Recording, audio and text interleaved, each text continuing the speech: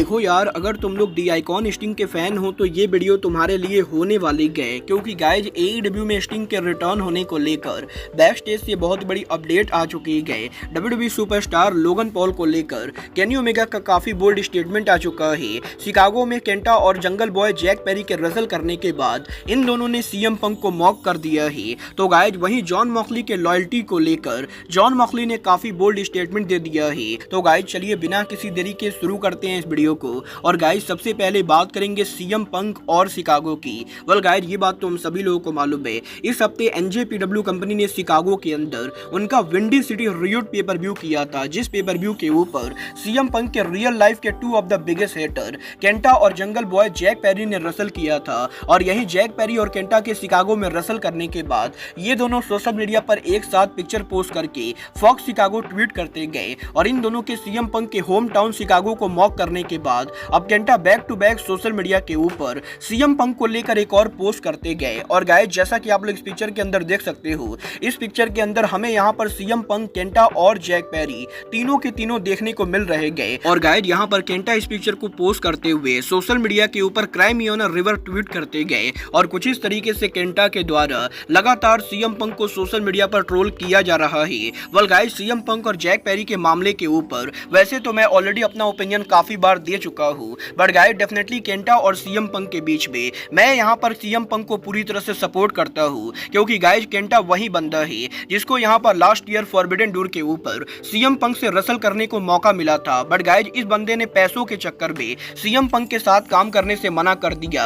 और अब ये बंदा सोशल मीडिया के ऊपर सीएम पंक के नेम को यूज करके रेलेवेंट बनने की कोशिश करता है। और गाइस इस बंदे का पूरा रेसलिंग करियर सिर्फ और सिर्फ सीएम पंक के नाम पर चल रहा है। और इसीलिए मैं यहाँ पर केंटा को बिल्कुल भी सपोर्ट नहीं करता हूँ। बट गाइस चलिए फिलहाल आगे बढ़ते और बात करते हैं एईडब्ल्यू के farmer world champion Kenny Omega की।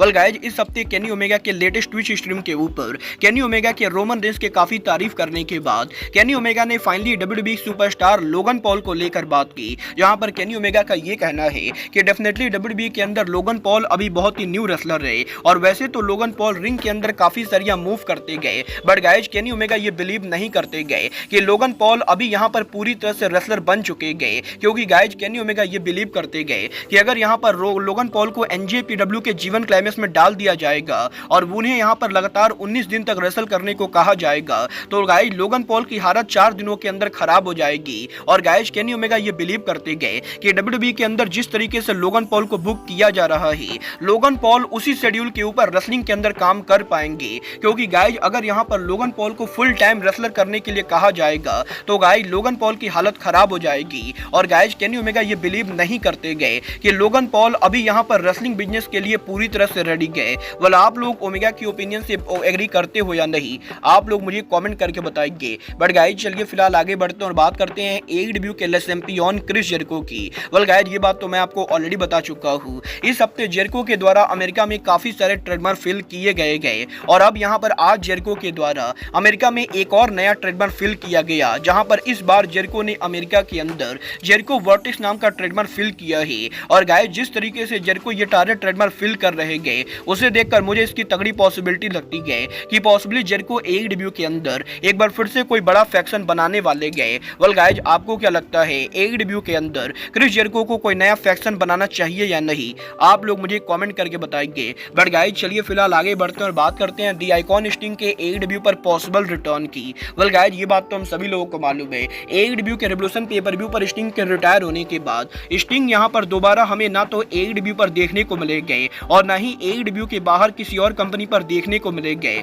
और यही स्टिंग के लगातार गायब रहने के बाद अब एईडब्ल्यू पर स्टिंग के पॉसिबल रिटर्न को लेकर बैक स्टेज से बहुत बड़ी अपडेट आ रही है।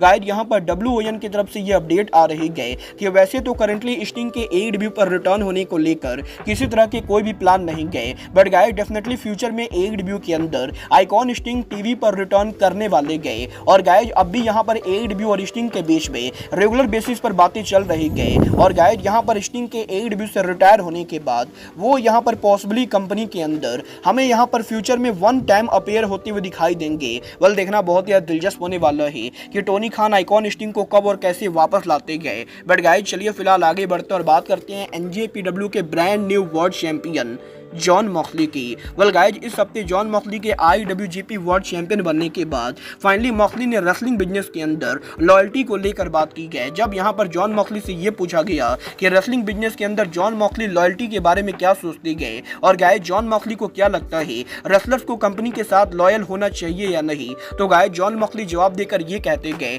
कि रेसलिंग बिजनेस के अंदर लॉयल्टी नाम की कोई भी चीज नहीं होती गए। और गाइज यहाँ पर रेसलिंग बिजनेस के अंदर जो भी रेसलर लॉयल्टी को लेकर बात करता है वो रेसलर यहाँ पर पब्लिक को बेवकूफ बना रहा है, क्योंकि गाइज मॉक्सली ये बिलीव करते गए कि अगर यहाँ पर कोई रेसलर अपना पूरा करियर एक ही कंपनी पर स्पेंड कर रहा है तो इसका मतलब ये कंपनी उसे या तो काफी सारे पैसे दे रही गए या यहाँ पर उसे हमेशा टॉप रेसलर के तौर पर बुक कर रही गए, और जिस दिन कंपनी यहाँ पर उसे बेकार तरीके से बुक करना शुरू करेगी वो रेसलर कंपनी को लीव कर देगा।